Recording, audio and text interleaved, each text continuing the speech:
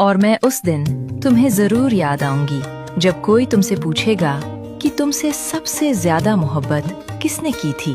तुम्हारे पास बताने को बहुत नाम होंगे, दिखाने को बहुत चेहरे होंगे, मगर तुम्हारा दिल आहिस्ता से मेरा नाम लेगा, क्योंकि शायद तुम्हें किसी ने इतना टूट कर नहीं चाहा होगा जितना मैंने चाहा था।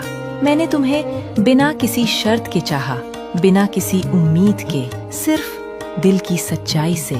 जब तुम उदास थे मैं खुद को भूल गई, सिर्फ तुम्हें हंसाने के लिए। जब तुम खामोश थे मैंने उस खामोशी में भी तुम्हारी बात समझने की कोशिश की।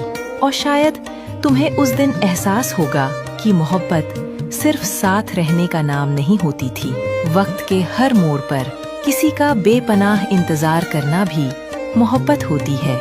मैंने हर बार खुद को खोया सिर्फ तुम्हें पाने के लिए, और जब